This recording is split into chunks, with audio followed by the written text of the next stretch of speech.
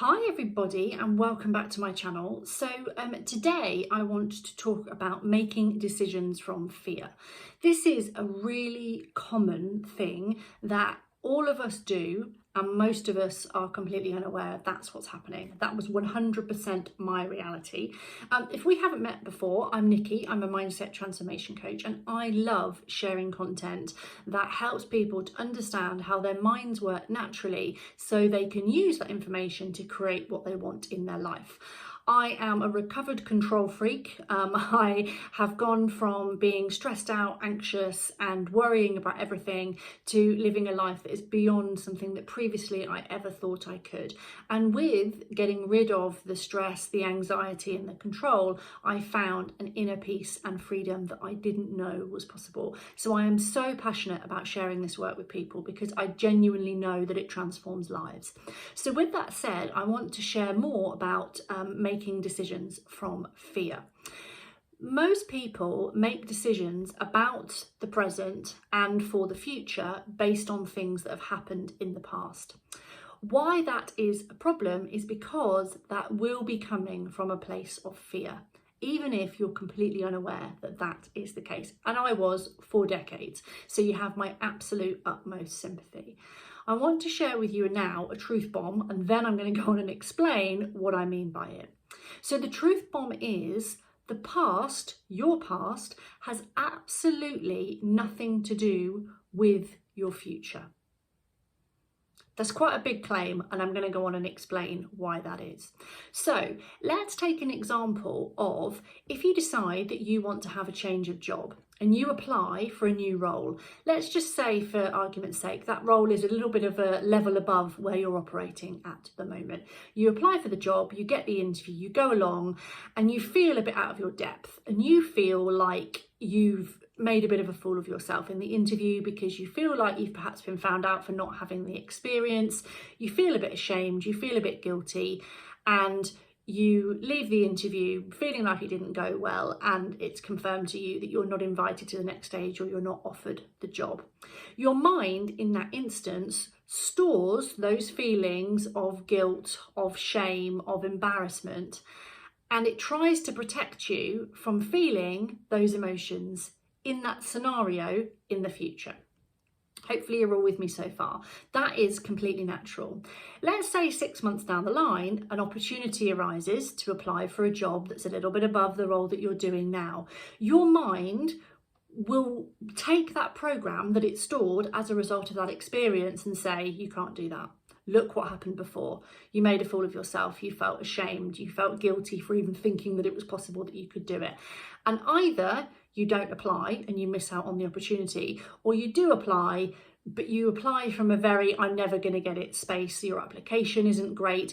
Or you might even apply and get an interview, but you turn up in a kind of apologetic, I know I'm not good enough for this, but kind of energy. And so you fulfill the cycle, which is you don't believe that it's possible for you to get the role because of the experience you had previously. Here's the problem with that though. That second scenario, when you see that second opportunity, it's completely different. It's probably a different company. You will be a different person as a result of the fact that humans are changing all the time. There is nothing to say that because you had that experience before in a different time with a different company and different circumstances, there is no reason to think that the same is going to happen again, unless you take all of those feelings and experiences into the future.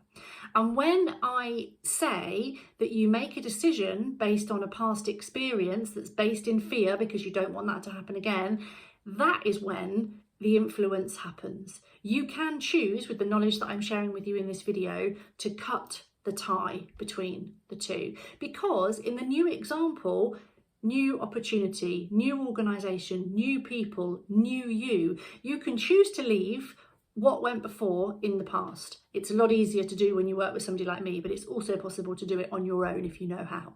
So that is one example where you limit yourself because of a bad experience, and you have all the sympathy and empathy from me in the world about the bad experience, because it's never nice to feel that way, but you don't need to allow it to define the decision that you make in the future. Let me give you another example. Let's talk relationships. If you've ever had the experience that someone's cheated on you, or even that you felt they were cheating on you and you never found out whether that was true or not, that relationship ends at whatever point in the future. You meet somebody new, it's very likely that you turn up in that new relationship with suspicions, with concerns, with mistrust, as a result of the program that your mind will have taken from how you felt hurt, upset, aggrieved, angry, all of those emotions when you either found out or you believe that you were cheated on in the past. Your brain stores those emotions and takes them forward. So when you get into a situation of a new relationship, your brain, and this is stored in your subconscious mind, goes, oh my God, the last time we were in a relationship, I got hurt. Slams on the anchors.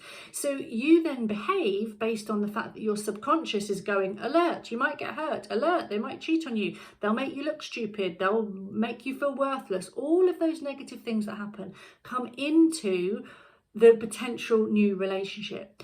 What that looks like is you show up as mistrustful, suspicious, a kind of contracted, hurt version of you, which isn't your best self. Now, it's completely understandable that you would show up in that way because your brain, that's designed to predict and protect, is running a program of where it got hurt in the past. The difference is, this is a new person. This is a new relationship. You will be a different person by virtue of the time that's passed and the experiences that you've had. Yet your mind is playing in the background, probably unbeknownst to you, the same program on the new you and the new situation. And you can't help show up as the version of what the pattern, the program that your brain is telling you. This is why so many people feel like history is repeating itself. Now, back to my truth bomb. The past has nothing to do with the future. I'm going to put a caveat in here and say, unless you allow it to. So now you've become aware, because of what I've just shared in this video, that the things that the brain stores, the memories, the experiences, the negative emotions, the sort of hurtful negative emotional experiences, when you allow the brain to map those onto decisions you make in the present and things you allow for the future, that is how your past influences your future.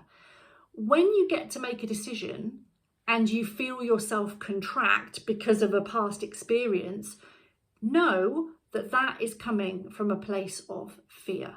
And when you're coming from a place of fear, you're not showing up as the best version of yourself. You're showing up as a kind of contracted, small, limited version, which is not the true, genuine, amazing you that you are. This is so important because this is how a bad experience can cause humans to really limit themselves and to be small and to contract. And as we contract, our lives contract, our opportunities that we're willing to take contract. And for those of you that are parents, your children see you doing that and they will do the same.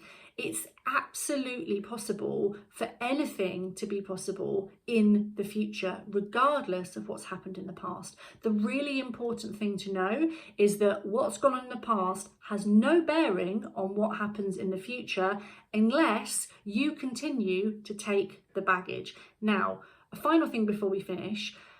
I don't want you to judge yourself for the fact that you've done this before, because it's how the mind is wired.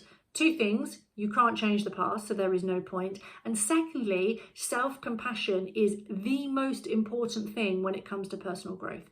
I used to do this all the time. When I look back at my past, patterns, cycles, all the same things were happening all the time. Why? Because I was showing up. I was allowing things that had upset me and hurt me in the past. I was taking them into the future. I don't judge myself for that. I did not know any better. So this isn't about beating yourself up for what's gone before. This is about understanding how the mind works, understanding what the natural patterns are, and using those to your advantage to change the cycles that aren't serving you. If you would like to know more, if you want to understand yourself better than you ever thought possible, if you want to get past something that's been holding you back for years or even decades, that is the powerful work work that I do, that I support clients to transform their lives by understanding what has been holding them back. You can get in touch. You can find me online on Instagram and Facebook. I am Be Your Best Yet, and you can email me if you want to have a chat about how I can help you. I am Nikki, Nicky, at beyourbestYet.co.uk.